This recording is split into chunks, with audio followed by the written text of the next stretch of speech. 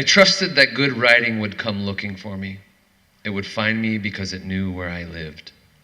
It would recognize me by my golden ring and know what had to happen. It would understand what sort of fool I was and that I needed it to play nice. And sometimes it came and played nice. Poems, like little miracles, bestowed themselves on me whole. Whole. Were they any good? Who cared? They had come to me, chosen me. They were mine. They came to me as I rode my bike to school and work, walked the halls between classes, searched for a title in the library stacks, lifted crates of milk, stocked shelves with canned food, rang up customers at the checkout stand, fixed breakfast, and made dinner.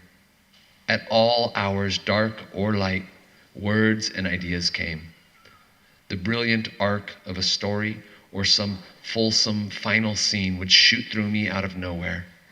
Sometimes only a line or two would come, maybe a single phrase, but the way they jumped in me, so sweet and willing. I knew their friends would come, dancing along, arms outstretched, radiant, and I would sweep them up and take them home. Within me was great promise. This thundering thought alone was enough to console me. How many countless good ideas I carried to the page. Ideas for stories so powerful they would make readers weep. So ardent they would sear the soul of anyone who picked them up. One or two would, I was sure of it, melt men's minds. If only I could find the time to sit down and write. I pedaled harder, drove faster to get home. But when the fever passed and I read back over what I'd written, my God, whatever had glowed or gloated in me now groaned and growled. I cringed at my own ridiculousness. This was writhing, not writing. What the hell had happened? Had I not gotten home quick enough? Had I not written fast enough? Why couldn't I transfer my promise to the page? So many good ideas teased me, then turned their backs and walked away. So I let them go. And good riddance, the little shits could come get some other schmuck to do their work. They hadn't been worth the effort anyways. They weren't half as good as I thought. So it went. Every now and then I got so fed up I quit writing altogether. I just refused to do it. Days would go by and I'd ignore my head, dismiss every silly impulse, and let the ideas pass on by on their way to the next chump in line. Fuck 'em.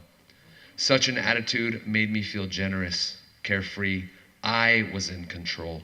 My hands and mind could be put to better use. But when this superior feeling ran out, I was back at it, furious, scribbling on scraps of paper, writing on the back of my hand in a notebook, opening new computer files. That most of the ideas would be abandoned or lost did not matter. I was giving in to compulsion. And as long as I kept storing up ideas, I didn't have to sit down and sweat over developing them. I clung to the idea that writing was something that would just happen gradually or in a burst. Any day, a great idea could occur, and as long as I was ready, all I needed to do was sit back and channel it. Let it flow, let it speak through me. In anticipation, I kept paper and pen handy. Computers couldn't be trusted. But how to turn the good idea into something more after it arrived? I knew it could be done because I'd done it myself a few times, but I was becoming afraid of the work it took. Ideas had a way of starting as such buoyant, weightless things. Why did they always have to become so damn heavy? I dug my heels in. I told myself stupid things like, somehow the work will work itself out. I was unwilling to concede the point to virtually every real writer I'd read on the subject. Unwilling even to learn from my own experience that the writing was the work. But I rejected the burden of this simple truth along with another. If I wanted to get more work done, wouldn't it be best to approach writing with some methodical plan, like a schedule? Maybe. But schedules meant work, and work meant drudgery. And did I really want to write if it had to be like that? I was on too much of a schedule already. I was busy living. I worked. I went to school. I had bills to pay, dishes in the sink. My bathtub needed scrubbing. And the sun was so pretty. The rain so inviting. There was a world to explore. And wouldn't my mother appreciate a call? And what about my brother?